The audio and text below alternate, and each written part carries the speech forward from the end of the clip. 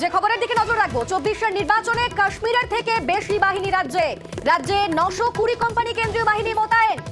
বাংলায় কয়েক দফা লোকসভা ভোট হওয়ার সম্ভাবনা এবং সেখানে 920 কোম্পানি কেন্দ্রীয় বাহিনী মোতায়েন। আমাদের সঙ্গে রয়েছেন প্রতিনিধি সোমরাজ। সোমরাজ, একেবারে নজিরবিহীন বাহিনী মোতায়েন এবারের ভোটের জন্য। দেখো, একদমই 2019-এর লোকসভা নির্বাচন যদি দেখা যায়, সেখানে দেখা গেছিল প্রায় 750 কোম্পানি কেন্দ্রীয় বাহিনী মোতায়েন করা হয়েছিল 2019-এর লোকসভা নির্বাচনে। আর এবারের লোকসভা নির্বাচনে বাংলায় 920 কোম্পানি কেন্দ্রীয় বাহিনী মোতায়েন করা হচ্ছে, যাকে নজিরবিহীন বলেই দাবি করা হচ্ছে। বিশেষত জাতীয় নির্বাচন কমিশনের তরফে কেন্দ্রীয় স্বরাষ্ট্র মন্ত্রককে যে চিঠি পাঠানো হয়েছে লোকসভা নির্বাচন এবং কয়েকটি রাজ্যের বিধানসভা নির্বাচনকে সামনে রেখে, সেখানে দেখা যাচ্ছে দেশ জুড়ে 3400 কোম্পানি কেন্দ্রীয় বাহিনী বা আধা সেনা মোতায়েন করার কথা বলা হয়েছে। এই 3400 কোম্পানি আধা সেনার মধ্যে পশ্চিমবঙ্গেই শুধুমাত্র 920 কোম্পানি কেন্দ্রীয় বাহিনী নির্বাচনকে, অর্থাৎ লোকসভা নির্বাচনকে শান্তিপূর্ণ উপায়ে পরিচালনা করার জন্য মোতায়েন করার কথা বলা হয়েছে, যেখানে 920 কোম্পানি শুধুমাত্র ভোট সংক্রান্ত কাজ পরিচালনা করবে।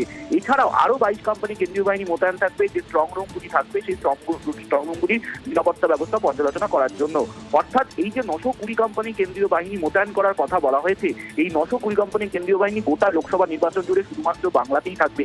আর এর থেকে একটা বিষয় স্পষ্ট, যে বাংলায় কয়েক দফায় লোকসভা নির্বাচন হতে চলেছে এবং সেক্ষেত্রে মনে করা হচ্ছে 2019-এর তুলনায় 2024-এ অর্থাৎ এবারের বাংলার লোকসভা নির্বাচনের দফা আরো বাড়তে পারে।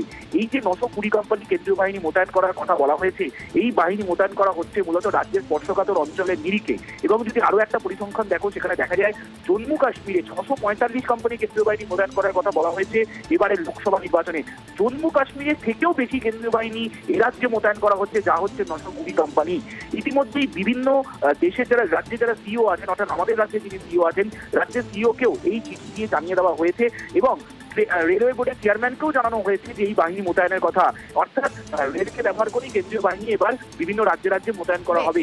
এবং যেটা মনে করা হচ্ছে যে এই বাহিনী মধ্য থেকে কিছু বাহিনী ভোটের আগেই মোতায়েন করা হতে পারে, সেরকম একটা সম্ভাবনা হিসেবে উঠে আসছে। কিন্তু যেটা নজিরবিহীন 2019-এর যদি তুলনায় যদি বলা যায়, এবারে সব থেকে বেশি বাহিনী থাকছে শুধুমাত্র বাংলায় 920 কোম্পানি কেন্দ্রীয় বাহিনী। দেশ জুড়ে 3400 কোম্পানি কেন্দ্রীয় বাহিনী মোতায়েনের কথা বলা হয়েছে দেশ জুড়ে লোকসভা নির্বাচনের জন্য। তার মধ্যে প্রায় 30% কাছাকাছি বাহিনী শুধুমাত্র বাংলায় মোতায়েন থাকছে, যাকে বেনজির বলেই দাবি করা হচ্ছে। বেশ, ধন্যবাদ সোমরাজ। আর নিয়ে কথা বলেছিলাম আমরা তৃণমূল নেতা জয়প্রকাশ মজুমদারের সঙ্গে। তিনি বললেন যে পশ্চিমবঙ্গকে টার্গেট করা হচ্ছে, এক পেশে পদক্ষেপ করা হচ্ছে। কি বললেন তিনি, শুনুন। কেন্দ্রীয় সরকার বা বিজেপি তারা আপ্রাণ চেষ্টা করবে ভয় ভীতি তৈরি করে এখানকার ভোট করতে। এই কত বাহিনী থাকবে না থাকবে সেটা তো সিদ্ধান্ত নেবে ইলেকশন কমিশন। জাতীয় নির্বাচন কমিশন এখনো ভোটের কোনো নির্ঘণ্ট প্রকাশ করেনি। এই 980 কোম্পানি কেন্দ্রীয় বাহিনী আসবে, এটা কে ঠিক করলো? এটা কি স্বরাষ্ট্র দপ্তর ঠিক করে নিচ্ছেন? আমরা যেটা আশঙ্কা করছি, বিজেপি পার্টি আগে থেকেই বন্দোবস্ত করে নিচ্ছে কিভাবে একপাক্ষিক ভাবে এই নির্বাচনটা পরিকল্পনা করা যায়, নিয়ন্ত্রণ করা যায়। তাই আর এই মুহূর্তে আমাদের সঙ্গে রয়েছেন সিপিএম নেতা সুজন চক্রবর্তী। সুজন বাবু, এবারের যে সিদ্ধান্ত নেওয়া হচ্ছে একেবারে নজিরবিহীন বলা হচ্ছে, কারণ রাজ্যে 920 কোম্পানি কেন্দ্রীয় বাহিনী মোতায়েন করা শুধুমাত্র এই লোকসভা ভোটের জন্য। কি বলবেন?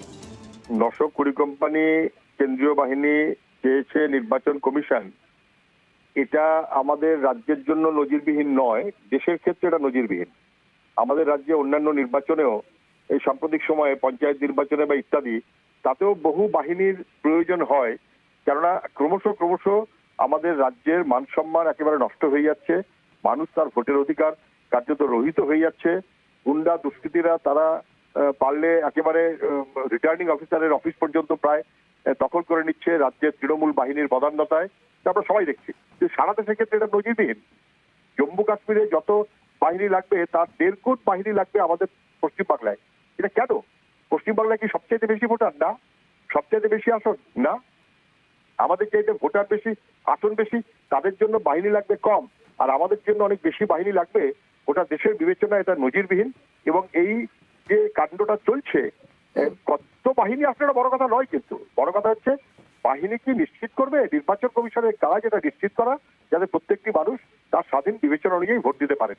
এটাকে নিশ্চিত করবে, নাকি বাহিনীর সংখ্যা দিয়ে বাকি কায়দা কানুন করে কাটিয়ে দেবে, যেটা আমরা অন্যান্য নির্বাচনে এই পঞ্চায়েত নির্বাচনেও দেখেছি। এইটা আসল প্রশ্ন। মানুষ যেন নিজের ভোট নিজে ঠিকমতো দিতে পারেন, এটা নিশ্চিত করাটাই নির্বাচন কমিশনের ম্যান্ডেট। কি করে তারা করবেন এবং করতে চান কিনা, সেটাই আসল কথা। বেশ, ধন্যবাদ সুজন বাবু। আমরা বারবার দেখেছি যে পশ্চিমবঙ্গ রাজনৈতিক হিংসা হয়েছে এবং কোনোভাবেই এই হিংসাকে ঠেকানো যায়নি। যদি বাহিনীর প্রয়োজন হয় তাহলে তো অসুবিধা কিছু নেই, কিন্তু সেই বাহিনী যদি দেওয়ার পরে নিরাপত্তা সীমান্তের দিক নিতে হয়, সেটা কিন্তু আরেকটা বিপত্তির কারণ হয়ে দাঁড়াবে। কিন্তু পশ্চিমবাংলায় ভোটে হিংসা একটা ক্ষত হিসেবে পশ্চিমবাংলার গণতন্ত্রের উপরে রয়েছে। প্রিপোল অ্যান্ড পোস্টপোল যে হিংসা হয় বাংলায়, সেই হিংসা কিন্তু ভারতবর্ষের মধ্যে নজিরবিহীন রাজ্যে। তো সেখানে যদি নির্বাচন কমিশন প্রিকশনারি মেজার নেন, তাতে অসুবিধার কি আছে? এই জন্যই 920 কোম্পানি সিআরপি আসছে এদের ডান্ডা দেওয়ার জন্য। ওটা লাঠিতে তেল মাখানো হচ্ছে, ভালো করে শাহজাহান, আরাবুল, শকত, জাহাঙ্গীর, রাজা গাজী, মেহেদি হাসান পিঠে ফেলা হবে।